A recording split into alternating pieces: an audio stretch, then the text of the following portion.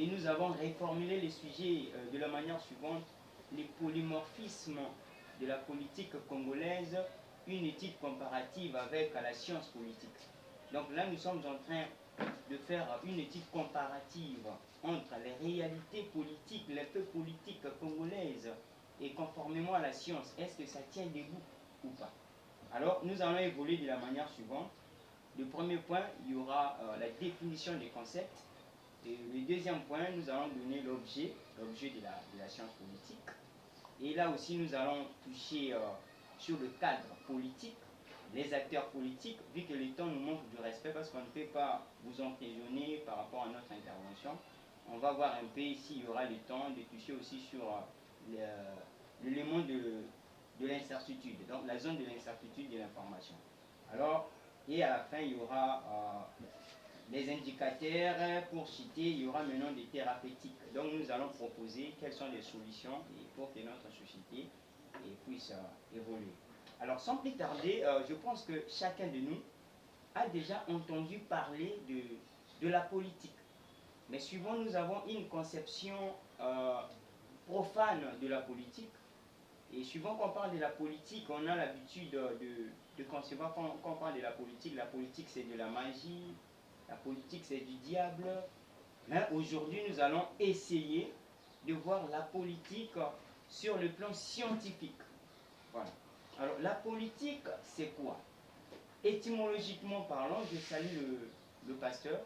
En passant, il a parlé de la politique. Il vient déjà de nous définir la politique. Il a balisé la voie pour que nous puissions passer juste donner quelque chose. Il a déjà donné de grandes choses concernant la science politique. Alors, la politique, étymologiquement parlant, ça vient du mot grec polis, tiken. Polis qui signifie cité et tiken qui signifie l'art de gérer. Donc, quand vous combinez les deux, et vous allez obtenir une définition de la manière suivante: la politique, c'est l'art de gérer une cité. Donc, c'est l'art de gouverner. Nous allons donner l'objet de la science politique. Parce qu'ici, nous parlons de la science politique selon l'optique scientifique. Ici, il n'y a pas des obédiences politiques, ainsi de suite. Non. Ici, nous restons scientifiques. Alors, nous allons voir l'objet de la science politique. L'objet de la science politique, c'est quoi? Là, il y a des conceptions pour parler de l'objet de la science politique. On a l'objet selon la conception minimaliste et l'objet de la science politique selon la conception maximaliste.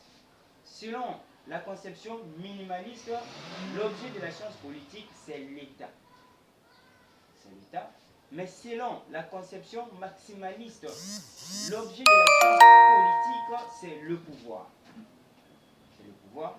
Maintenant, faisons une analyse entre la politique proprement dite, entre la politique sur le plan scientifique, et les réalités et les faits politiques congolaises, et essayer un peu de dégager, de chercher les indicateurs pour voir si nous sommes dans le bon ou nous sommes dans le mal. Parce que je suis en train de gérer le temps nous manque de respect, je suis en train de résumer.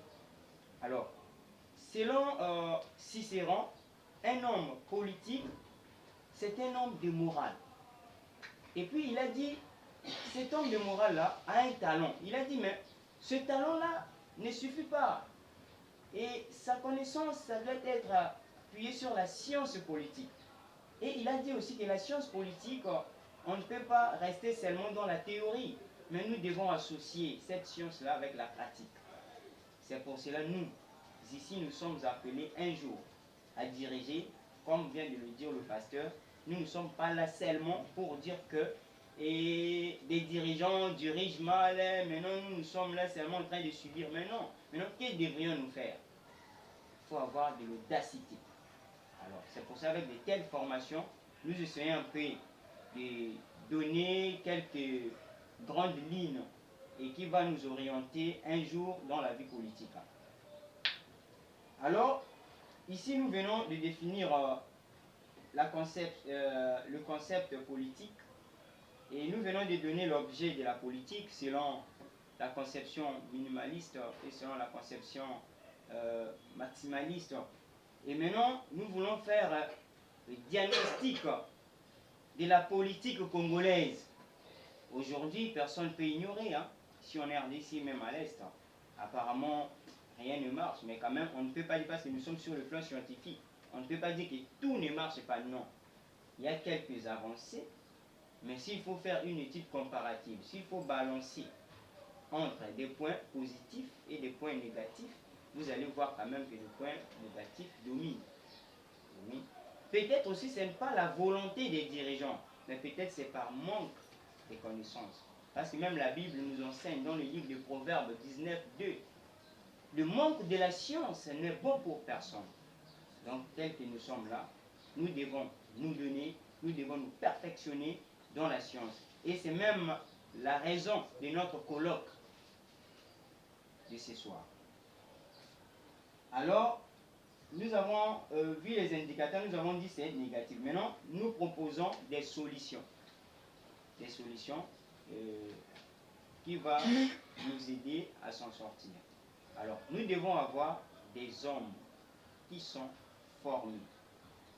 Et nous devons avoir des politiciens éthiciens.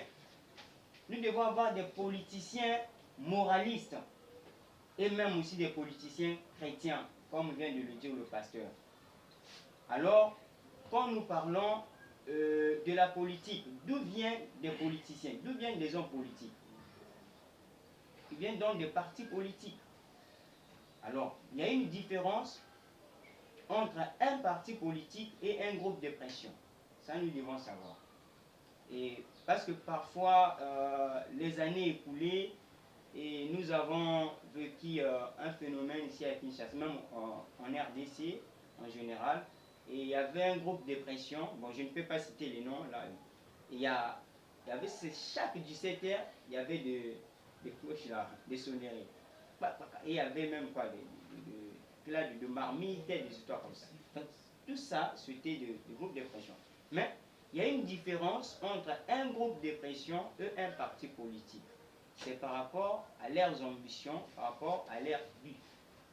Le but d'un parti politique, primo, c'est d'abord de chercher le pouvoir, ou encore de conquérir le pouvoir et de le retenir le plus longtemps que possible. Mais avec la démocratie, cette définition-là, on peut le remettre en cause.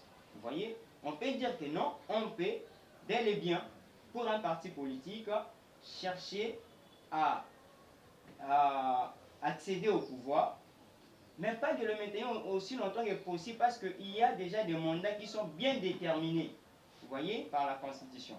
Alors, tandis qu'un groupe de pression est là juste pour envisager, pour mettre la pression au gouvernement, en vue d'obtenir un intérêt général d'un groupe sur un secteur aussi bien déterminé. Alors, et je pense que nous chutons par là et nous avons intervenu pendant 9 minutes. S'il y aura des questions, et nous sommes là pour...